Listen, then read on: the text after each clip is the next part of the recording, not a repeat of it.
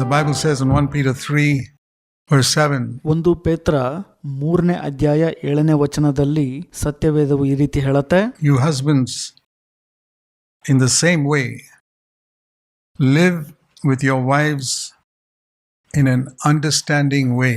ಅದೇ ರೀತಿಯಾಗಿ ಗಂಡಂದಿರೇ, ಸ್ತ್ರೀಯು ಬಲಹೀನಳೆಂಬುದನ್ನು ತಿಳಿದು ನಿಮ್ಮ ಹೆಂಡತಿಯರ ಸಂಗಡ ವಿವೇಕದಿಂದ ಇರ್ರಿ.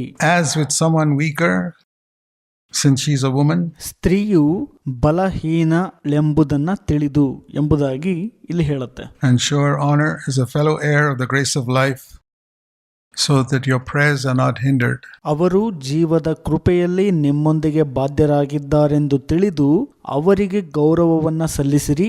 ಹೀಗೆ ನಡೆದರೆ ನಿಮ್ಮ ಪ್ರಾರ್ಥನೆಗಳಿಗೆ ಅಡ್ಡಿ ಇರುವುದಿಲ್ಲ.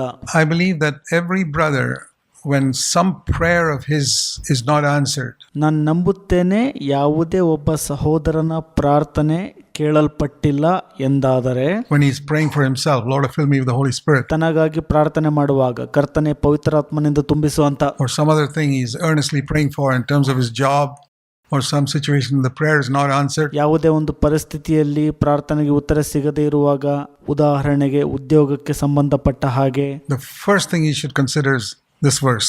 ಮೊದಲ ಸಂಗತಿ ಆತನು ಪರಿಗಣಿಸಬೇಕಾಗಿದ್ದೇನಪ್ಪ ಅಂದ್ರೆ ಈ ಒಂದು ವಚನ. Is my prayer hindered ನನ್ನ ಪ್ರಾರ್ಥನೆಗೆ ಅಡ್ಡಿಯಾದಲ್ಲಿ because of a wrong attitude towards my wife? ಅದು ಯಾಕಿರಬಹುದಪ್ಪ ಅಂದ್ರೆ ನನ್ನ ಹೆಂಡತಿ ಕಡೆಗೆ ತಪ್ಪಾದ ಮನೋಭಾವ ಹೊಂದಿರುವ ಕಾರಣ ಇರಬಹುದು. In fact, as far as I know, this is the only place in the Bible where it says somebody's prayers can be hindered. For a believer's prayers can be hindered. ನನಗೆ ಗೊತ್ತಿರೋ ಪ್ರಕಾರ ಸತ್ಯವೇದದಲ್ಲಿ ಹೇಳಿರುವ ಇದೊಂದೇ ಸ್ಥಳದಲ್ಲಿ ಮಾತ್ರ ಒಬ್ಬರ ಪ್ರಾರ್ಥನೆಗೆ ಅಡ್ಡಿಯಾಗುವುದು, ಅಂದರೆ ವಿಶ್ವಾಸಿಯ ಪ್ರಾರ್ಥನೆಗೆ ಅಡ್ಡಿಯಾಗುವುದು ಅಂತ ತಿಳಿಸಿರುವುದು. And it's in relation to his relationship to his wife. ಅದು ಯಾವುದಕ್ಕೆ ಸಂಬಂಧಪಟ್ಟಿದೆ ಅಂದ್ರೆ ತನ್ನ ಹೆಂಡತಿಯೊಟ್ಟಿಗಿನ ಸಂಬಂಧದೊಟ್ಟಿಗೆ. And so it's something you got to take seriously because prayer is such an important part of our life. ಹಾಗಾಗಿ ಇದೊಂದನ್ನ ನೀವು ಬಹಳ ಗಂಭೀರವಾಗಿ ತೆಗೆದುಕೊಳ್ಳಬೇಕು. ಯಾಕೆಂದ್ರೆ ಪ್ರಾರ್ಥನೆಯು ನಿಮ್ಮ ಜೀವಿತದಲ್ಲಿ ಬಹಳ ಪ್ರಮುಖ ಭಾಗವನ್ನು ನಿರ್ವಹಿಸುತ್ತದೆ. I don't know what my life would have been if I could not communicate with God in prayer all the time. ನಾನು ಎಲ್ಲಾ ಸಮಯದಲ್ಲಿ ದೇವರೊಟ್ಟಿಗೆ ಪ್ರಾರ್ಥನೆಯಲ್ಲಿ ಮಾತನಾಡುತ್ತಿರಲಿಲ್ಲ ಅಂದ್ರೆ ನನ್ನ ಜೀವಿತವು ಹೇಗಿರ್ತಿತ್ತೋ ಏನಾಗ್ತಿತ್ತೋ ನನಗೆ ತಿಳಿದಿಲ್ಲ. Concerning emergency, I need something here, Lord, please help me, these emergency prayers. ನನಗೇನಾದ್ರೂ ಒಂದು ತುರ್ತು ಪ್ರಾರ್ಥನೆ ಏನಾದ್ರೂ ಇತ್ತಪ್ಪ ಅಂದ್ರೆ ಕರ್ತರೆ ನನಗೆ ಸಹಾಯ ಮಾಡ್ರಿ ಅಂತ ಕೇಳುವಾಗ, And also regular times of prayer for our family, for our children. ಅಥವಾ ಕುಟುಂಬದಲ್ಲಿ ಮಾಡುವಂತ ಪ್ರಾರ್ಥನೆ ಆಗಿರಬಹುದು, ಅದರಲ್ಲೂ ಮಕ್ಕಳಿಗಾಗಿ. So I don't want my life ever to have my prayers hindered. ನನ್ನ ಜೀವಿತವು ಎಂದಿಗೂ ಯಾವ ಪ್ರಾರ್ಥನೆಗಳಿಗೂ ಅಡ್ಡಿಯಾಗಿರಬಾರದು. I hope all of you folks say that it works both for husbands and wives. ನಾನು ನಿರೀಕ್ಷಿಸ್ತೀನಿ ಎಲ್ಲರೂ ನೀವು ಇದಕ್ಕೆ ಹೌದು ಅಂತ ಹೇಳ್ತೀರಿ ಅಂತ. ಇದು ಗಂಡ ಮತ್ತು ಹೆಂಡತಿಗೆ ಕಾರ್ಯಗತವಾಗುವಂತದ್ದು. Even the wife's prayers will be hindered if she doesn't live in an understanding way with her husband. ಹೆಂಡತಿಯು ತನ್ನ ಗಂಡನೊಟ್ಟಿಗೆ ತಿಳುವಳಿಕೆಯಿಂದ ಜೀವನ ಮಾಡದಿದ್ರೆ ಆಕೆಯ ಪ್ರಾರ್ಥನೆಗಳಿಗೂ ಕೂಡ ಅಡ್ಡಿಯಾಗತ್ತೆ. So it's not just one way. ಇದು ಕೇವಲ ಒಂದು ಮಾರ್ಗ ಮಾತ್ರ ಅಲ್ಲ. But think of that expression that your prayers should not be hindered. ನಿಮ್ಮ ಪ್ರಾರ್ಥನೆಗಳಿಗೆ ಅಡ್ಡಿಯಾಗಬಾರದು ಎನ್ನುವಂತ ಹೇಳಿಕೆಯನ್ನ ಪರಿಗಣಿಸಿರಿ. Take it seriously. ಇದನ್ನ ಗಂಭೀರವಾಗಿ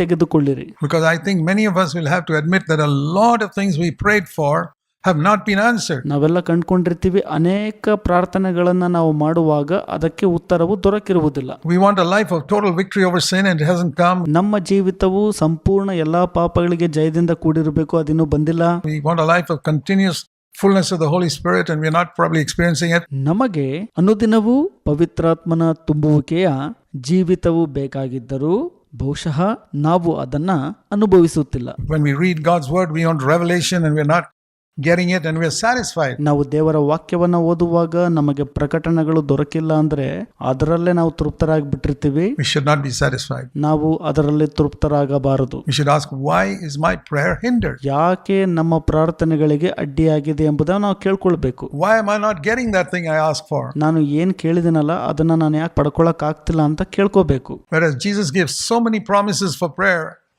why is that prayer of mine which I asked for not granted? ಯೇಸು ಸ್ವಾಮಿ ಪ್ರಾರ್ಥನೆಗಳಿಗೆ ಅನೇಕ ವಾಗ್ದಾನಗಳನ್ನ ನೀಡಿದ್ದಾರೆ, ಯಾಕೆ ನಾನು ಪ್ರಾರ್ಥನೆಯಲ್ಲಿ ಕೇಳಿದ್ದಕ್ಕಾಗಿ ಉತ್ತರವು ದೊರಕಿಲ್ಲ?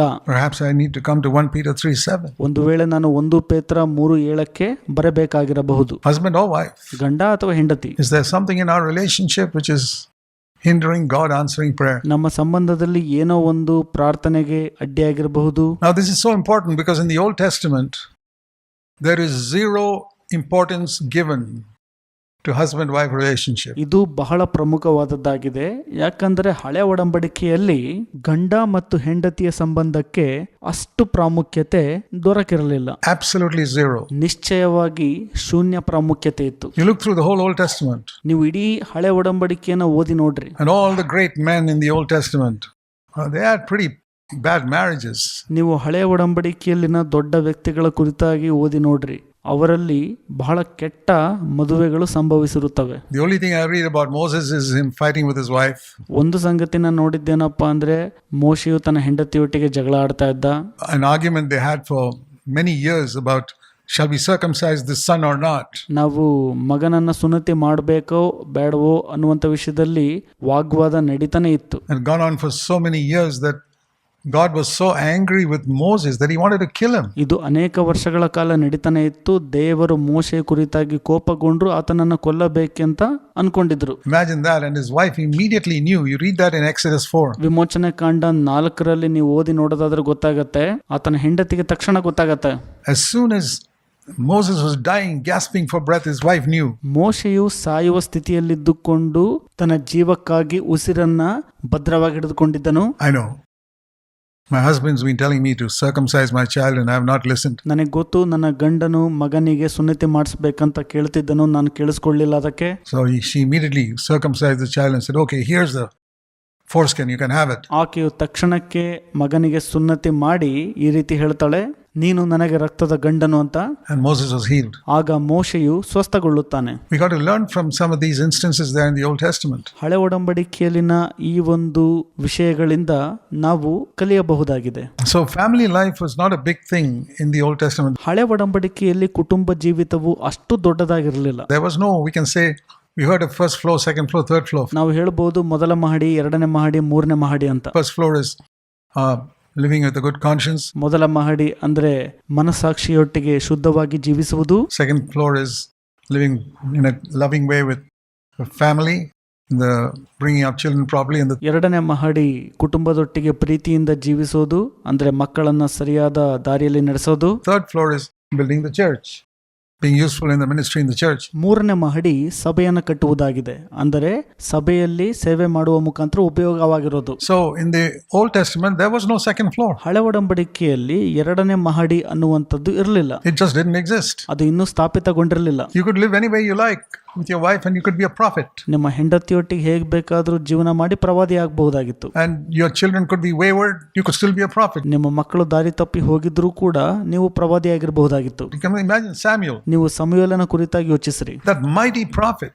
ಅದ್ಭುತ ಪ್ರವಾದಿಯು. His children were taking bribes. ಆತನ ಮಕ್ಕಳು ಲಂಚವನ್ನ ತೆಗೆದುಕೊಳ್ತಿದ್ರು. And the people came and complained to Samuel, hey, your children are taking bribes, take them, get them out of here. ಜನರು ಸಮುವೇಲನಿಗೆ ಬಂದು ದೂರು ಹೇಳ್ತಾ ಇದ್ರು, ನಿನ್ನ ಮಕ್ಕಳು ಲಂಚವನ್ನ ತೆಗೆದುಕೊಂಡು ಹೋಗ್ತಾ ಇದ್ದಾರೆ, ಅವರಿಗೆ ಹೊರ ಕಳಿಸು ಅಂತ. But till the end of his life, Samuel was the greatest prophet of his time. ಆದರೆ ಆ ಸಮಯದಲ್ಲಿ ಸಮುವೇಲನು ದೊಡ್ಡ ಪ್ರವಾದಿಯಾಗಿ ಹೊರಹೊಮ್ಮಿದನು. There are some preachers today who seek to follow those Old Testament prophets. ಇಂದು ಕೆಲವು ಪ್ರಸಂಗಿಗಳು ಅಂದರೆ ಬೋಧಕರು ಹಳೆ ಒಡಂಬಡಿಕೆಯ ಪ್ರವಾದಿಗಳನ್ನ ಅನುಸರಿಸುವವರಾಗಿದ್ದಾರೆ. Their children are wayward and they still think they can serve the Lord. No. ಅವರ ಮಕ್ಕಳು ದಾರಿ ತಪ್ಪಿ ಹೋಗ್ತಿರ್ತಾರೆ, ಆದರೂ ಕೂಡ ನಾವು ದೇವರಿಗೆ ಸೇವೆ ಮಾಡಬಹುದು ಅಂತ. ಇಲ್ಲ, ಆ ರೀತಿ ಆಗಲ್ಲ. This is the New Testament where we need a second floor. ಇದು ಹೊಸ ಒಡಂಬಡಿಕೆ, ಇದಕ್ಕೆ ಎರಡನೇ ಮಹಡಿಯ ಅವಶ್ಯಕತೆ ಇದೆ. Even you don't have, not for being a prophet, for being an ordinary member of the body of Christ, which all of us are. ನೀವು ಪ್ರವಾದಿಯಾಗೋ ಅವಶ್ಯಕತೆ ಇಲ್ಲ. ಕ್ರಿಸ್ತನ ದೇಹದಲ್ಲಿ ಒಬ್ಬ ಸಾಮಾನ್ಯ ಸದಸ್ಯನಾಗಿದ್ರೂ ಕೂಡ ನಾವೆಲ್ಲ ಇರೋ ಪ್ರಕಾರ. Think of yourself as an ordinary member of the body of Christ. ನಿಮ್ಮನ್ನೇ ನೀವು ಪರಿಗಣಿಸಿಕೊಳ್ಳಿರಿ, ನಾನು ಒಬ್ಬ ಸಾಮಾನ್ಯ ಸದಸ್ಯ ಕ್ರಿಸ್ತನ ದೇಹದಲ್ಲಿ ಅಂತ. You have to have a good relationship. It doesn't have to be perfect. A good relationship with your marriage partner, husband or wife. ನೀವು ಪರಿಪೂರ್ಣರಾಗೋ ಅವಶ್ಯಕತೆ ಇಲ್ಲ, ಆದರೆ ನಿಮ್ಮ ಗಂಡ ಮತ್ತು ಹೆಂಡತಿಯೊಟ್ಟಿಗೆ ಒಳ್ಳೆಯ ಸಂಬಂಧವನ್ನ ಹೊಂದಿರಬೇಕಾಗಿದೆ. And really seek to bring up your children properly. ನಿಮ್ಮ ಮಕ್ಕಳನ್ನ ಕ್ರಮವಾಗಿ ಬೆಳೆಸುವುದನ್ನ ನೋಡಬೇಕಾಗಿದೆ ನೀವು. So here when it says Husbands, live with your wives in an understanding way. ಗಂಡಂದಿರೇ ನಿಮ್ಮ ಹೆಂಡತಿಯೊಟ್ಟಿಗೆ ವಿವೇಕದಿಂದ ವರ್ತಿಸಿರಿ ಅಂತ. What does that mean? ಅದರ ಅರ್ಥ ಏನು? I read this for years. I have to say, for many years I never understood what it meant. ಈ ವಚನವನ್ನ ನಾನು ಅನೇಕ ವರ್ಷಗಳ ಕಾಲ ಓದಿದೆ, ಆದರೆ ನನಗೆ ತಿಳಿದಿರಲಿಲ್ಲ ಅದರ ಅರ್ಥ ಏನು ಅಂತ. Till I saw it's written right there. ನಾನು ಇದನ್ನ ಓದುವಾಗ ಅಂದ್ರೆ ನೋಡುವಾಗ ಅಲ್ಲೇ ಬರೆದಿತ್ತದು. What does it mean to live in an understanding way? What do I have to understand? ನಾನು ವಿವೇಕದಿಂದ ಅಂದ್ರೆ ಅರ್ಥ ಮಾಡಿಕೊಂಡು ಜೀವಿಸುವುದು ಅಂದ್ರೆ ಏನು ಹಾಗಾದ್ರೆ? Number one thing, it's written in the next phrase. ಮುಂದಿನ ಹೇಳಿಕೆಯಲ್ಲಿ ಅದು ಬರೆದಿದೆ. ಮೊದಲ ಸಂಗತಿ ಏನಪ್ಪಾ ಅಂದ್ರೆ, your woman, the wife, is weaker. ನಿಮ್ಮ ಹೆಂಡತಿಯು ಅಂದ್ರೆ ಸ್ತ್ರೀಯು ಬಲಹೀನಳು. That's what you got to understand. ಅದನ್ನ ನೀವು ಮೊದಲು ಅರ್ಥ ಮಾಡ್ಕೋಬೇಕು. Let me paraphrase it. ಇದನ್ನ ನಾನು ವಿವರಿಸಲು ಇಷ್ಟಪಡ್ತೇನೆ. Husbands, live in your wives understanding that she is a weaker vessel in every way. ಗಂಡಂದಿರೇ, ನೀವು ಅರ್ಥ ಮಾಡಿಕೊಳ್ಳಬೇಕು, ನಿಮ್ಮ ಹೆಂಡತಿಯು ಬಲಹೀನ ಪಾತ್ರೆಯಾಗಿದ್ದಾಳೆ ಎಲ್ಲದರಲ್ಲಿಯೂ ಅಂತ. Why does she cry so easily? Weaker vessel. ಯಾಕೆ ಅವಳು ಬೇಗ ಅತ್ತು ಬಿಡ್ತಾಳೆ? ಯಾಕಂದ್ರೆ ಆಕೆಯು ಬಲಹೀನ ಪಾತ್ರೆಯು. Why can't she lift the suitcase that I can lift? Weaker vessel. ಯಾಕೆ ಆಕೆಯು ನನ್ನ ಹಾಗೆ ಸೂಟ್ ಕೇಸನ್ನು ಎತ್ಕೊಳ್ಳೋದಿಲ್ಲ? ಆಕೆ ಬಲಹೀನ ಪಾತ್ರೆ. Why can't she handle this problem the way I can handle it? Weaker vessel. ನಾನು ಸಮಸ್ಯೆಯನ್ನು ನಿರ್ವಹಿಸದ ರೀತಿ ಆಕೆ ಯಾಕೆ ನಿರ್ವಹಿಸ್ಲಿಕ್ಕಾಗಲ್ಲ? ಯಾಕೆಂದ್ರೆ ಆಕೆ ಬಲಹೀನ ಪಾತ್ರೆ. For everything where you have some criticism of your wife, get back here and say she is a weaker vessel. ಎಲ್ಲದರಲ್ಲಿ ಕೂಡ ನಿಮ್ಮ ಹೆಂಡತಿ ಬಗ್ಗೆ ನೀವು ಟೀಕೆಯನ್ನು ಹೊಂದಿದ್ರೆ ಅದರಿಂದ ಹಿಂದೆ ಬಂದು ಈ ರೀತಿಯಾಗಿ ಹೇಳುವವರಾಗಿರ್ರಿ, ನಿಮ್ಮ ಹೆಂಡತಿ ಬಲಹೀನ ಪಾತ್ರೆ ಎಂಬುದಾಗಿ. That's why I can handle it and she can't. ಅದಕ್ಕಾಗಿ ನಾನು ನಿರ್ವಹಿಸಲು ಶಕ್ತನಾಗಿರ್ತಾನೆ, ಆದರೆ ಆಕೆಗೆ ಆಗೋದಿಲ್ಲ. Husbands, recognize that always.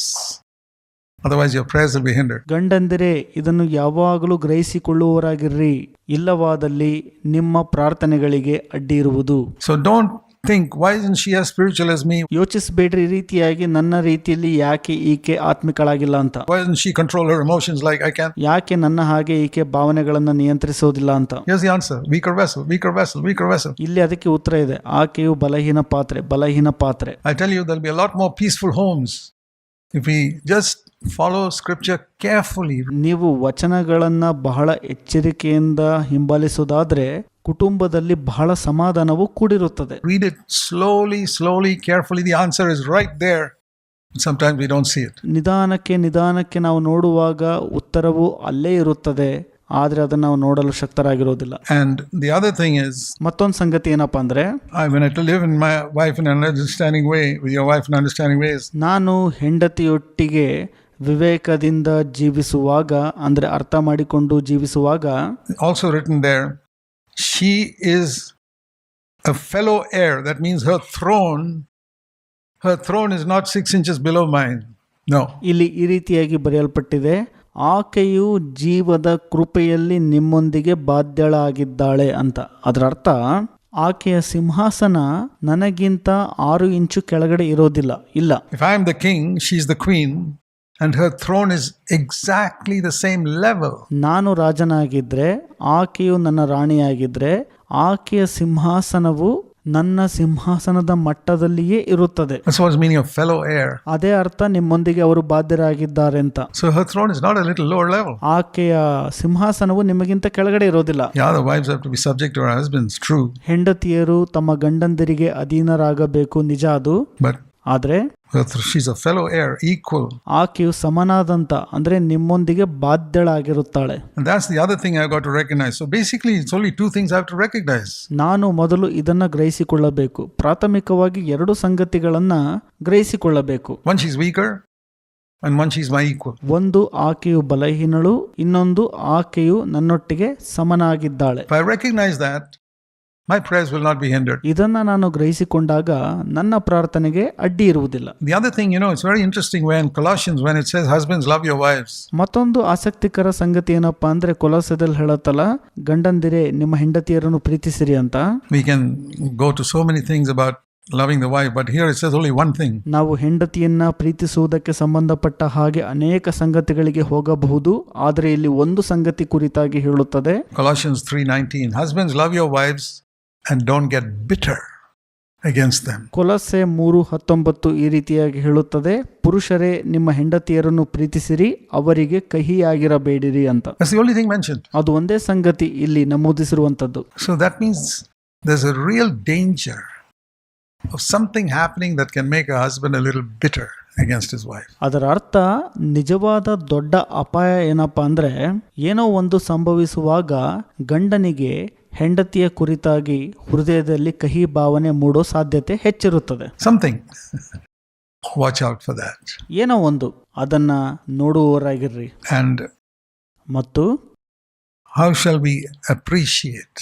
ಹೇಗೆ ಅವರನ್ನ ನಾವು ಪ್ರಶಂಸಿಸುವುದು ಅಥವಾ ಅವರಿಗೆ ಮೆಚ್ಚುಗೆಯನ್ನು ವ್ಯಕ್ತಪಡಿಸುವುದು? Everything that we do must be genuine. ನಾವು ಮಾಡುವಂತ ಪ್ರತಿಯೊಂದು ನಿಜವಾಗಿರಬೇಕು. So if you appreciate your wife, I mean, if you just say that to her, you're beautiful and you're so nice and everything you do is good. ನಿಮ್ಮ ಹೆಂಡತಿಯನ್ನ ಪ್ರಶಂಸಿಸುವಾಗ ನೀನು ಸುಂದರಳು, ನೀನು ಒಳ್ಳೆಯವಳು, ನೀನು ಮಾಡುವಂತ ಪ್ರತಿಯೊಂದು ಕೂಡ ಉತ್ತಮವಾಗಿರುತ್ತದೆ ಎಂದು ಹೇಳುವಾಗ, it could be diplomacy, it could be a technique because you want something. ಅದು ನೀವು ಆಕೆಯಿಂದ ಏನೋ ಒಂದನ್ನ ಪಡೆದುಕೊಳ್ಳುವುದಕ್ಕೋಸ್ಕರ ಒಂದು ತಂತ್ರ ಆಗಿರಬಹುದು, or you want to make her happy. ಅಥವಾ ನೀವು ಆಕೆಯನ್ನ ಸಂತೋಷಪಡಿಸಲು ಇರಬಹುದು. Genuine appreciation, what the Lord has told me is, ನಿಜವಾದ ಪ್ರಶಂಸೆ ಕರ್ತರು ನನಗೆ ಹೇಳಿಕೊಟ್ಟಿದ್ದೇನಪ್ಪ ಅಂದ್ರೆ, if you genuinely appreciate your wife, you must express your appreciation when she doesn't hear it. ನೀವು ನಿಮ್ಮ ಹೆಂಡತಿಯನ್ನ ನಿಜವಾಗಿಯೂ ಪ್ರಶಂಸಿಸುವುದಾದರೆ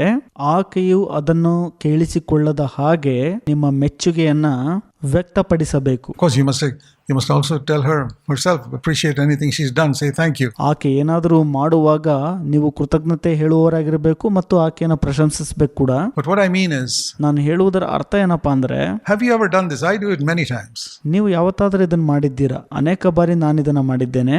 When your wife is fast asleep in her bed, ನಿಮ್ಮ ಹೆಂಡತಿಯು ನಿದ್ರೆಯಲ್ಲಿ ಜಾರಿರುವಾಗ, and you are awake, maybe in the middle of the night you wake up for a few minutes, ನೀವು ಮಧ್ಯರಾತ್ರಿಯಲ್ಲಿ ಕೆಲವು ಸಂದರ್ಭಗಳಲ್ಲಿ ಕೆಲವು ನಿಮಿಷ ಇದ್ದಿರಬಹುದು, and you look at your wife sleeping there, fast asleep. ನಿಮ್ಮ ಹೆಂಡತಿಯು ಬಹಳ ನಿದ್ರೆಗೆ ಜಾರಿರುತ್ತಾಳೆ, ಅದನ್ನ ನೀವು ನೋಡ್ತೀರಿ. Do you ever bow down before God and say, Lord, I thank you? ನೀವು ದೇವರ ಎದುರುಗಡೆ ಯಾವತ್ತಾದ್ರೂ ಅಡ್ಡ ಬಿದ್ದು, ಕರ್ತರೆ ನಿಮಗೆ ಕೃತಜ್ಞತೆಗಳು ಎಂಬುದಾಗಿ ಹೇಳಿದ್ದೀರಾ? For giving me such a wonderful wife, ನೀವು ನನಗೆ ಅದ್ಭುತವಾದ ಹೆಂಡತಿಯನ್ನು ಕೊಟ್ಟಿದ್ದೀರಿ ಅಂತ. who's been so good to me, so patient with me. ಆಕೆಯು ಒಳ್ಳೆಯವಳಾಗಿದ್ದಾಳೆ, ನನ್ನೊಟ್ಟಿಗೆ ಬಹಳ ತಾಳ್ಮೆಯಿಂದ ಇದ್ದಾಳೆ ಅಂತ. Do that many times. When she doesn't hear it. ಅದನ್ನ ಅನೇಕ ಬಾರಿ ಮಾಡ್ರಿ, ಆಕೆ ಅದನ್ನ ಕೇಳಿಸ್ಕೊಳ್ಳೋದಿಲ್ಲ. But then you'll know that your appreciation is genuine before God. ಆಗ ಅದು ಗೊತ್ತಾಗತ್ತೆ, ದೇವರ ಎದುರುಗಡೆ ನಿಮ್ಮ ಪ್ರಶಂಸೆ ನಿಜವಾಗಿದೆ ಅಂತ. Then you will have fulfilled the scriptures. ಆಗ ನೀವು ವಚನವನ್ನ ಪೂರೈಸುವವರಾಗಿರುತ್ತೀರಿ. You will build that second floor. ಆಗ ನೀವು ಎರಡನೇ ಮಹಡಿಯನ್ನ ಕಟ್ಟುವವರಾಗಿರುತ್ತೀರಿ. Amen. ಆಮೆನ್.